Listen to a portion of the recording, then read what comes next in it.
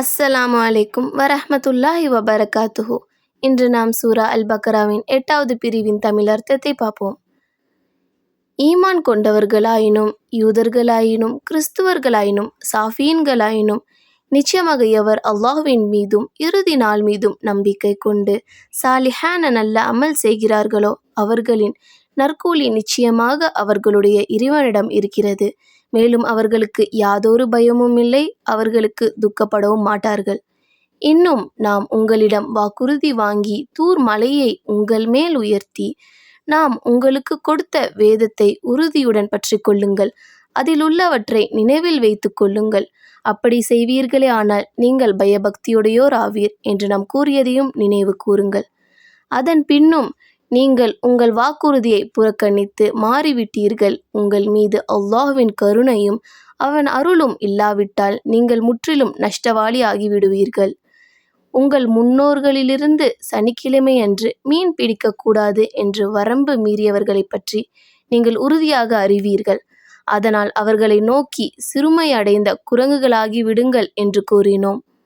இன்னும் நாம் இதனை அக்காலத்தில் உள்ளவர்களுக்கும் அதற்கு பின் வரக்கூடியவர்களுக்கும் படிப்பினையாகவும் பயபக்தியுடையவராகவும் நல்ல உபதேசமாகவும் ஆக்கினோம்.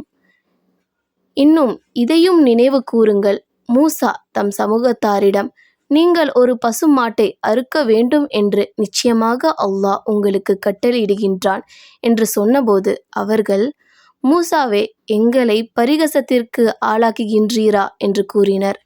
அப்பொழுது அவர், அப்படி பரிகசிக்கும் அறிவினர்களில் ஒருவனாக நான் ஆகிவிடாமல் அல்லாஹ்விடம் பாதுகாப்பு தேடுகிறேன் என்று கூறினார். அது எத்தகையது என்பதை எங்களுக்கு விளக்கும்படி இறைவனிடம் எங்களுக்காக வேண்டுவீராக என்றார்கள். அப்பசுமாடு அதிக கிழடுமல்ல கன்றுமல்ல, அவ்விரண்டிற்கும் இடைப்பட்டதாகும். எனவே உங்களுக்கு இடப்பட்ட கட்டளையை நிறைவேற்றுங்கள் என்று அல்லாஹ் கூறுவதாக அவர் கூறினார். அதன் நிறம் யாது என்பதை விளக்கும்படி நமக்காக இறைவனை வேண்டுவீராக என அவர்கள் கூறினார்கள். அவர் கூறினார், திடமாக அது மஞ்சள் நிறமுள்ள பசுமாடு, கெட்டியான நிறம், பார்ப்பதற்கு பரவசம் அளிக்கும் அதன் நிறம் என அவ்விறைவன் அருளினான் என்று மூசா கூறினார். உமது இறைவனிடத்தில் எங்களுக்காக பிரார்த்தனை செய்வீராக, அவன் அது எப்படிப்பட்டது என்பதை எங்களுக்கு தெளிவுபடுத்துவான். எங்களுக்கு எல்லா பசுமாடுகளும் திடான ஒரே மாதிரியாக தோன்றுகின்றது. அல்லாஹ் நாடினால் நிச்சயமாக நாம் நேர்வழி பெறுவோம் என்று அவர்கள் கூறினார்கள். அவர் மூசா, நிச்சயமாக அப்பசுமாடு நிலத்தில் உழவடித்தோ நிலத்திற்கு நீர் பாய்ச்சவோ பயன்படுத்தப்படாதது, ஆரோக்கியமானது, எவ்விதத்திலும் வடுவில்லாதது என்று இறைவன் கூறினான் என்று கூறினார். இப்பொழுதுதான் நீர் சரியான விபரத்தை கொண்டு வந்தீர் என்று சொல்லி அவர்கள் செய்ய இயலாத நிலையில் அப்பசுமாட்டை அறுத்தார்கள்.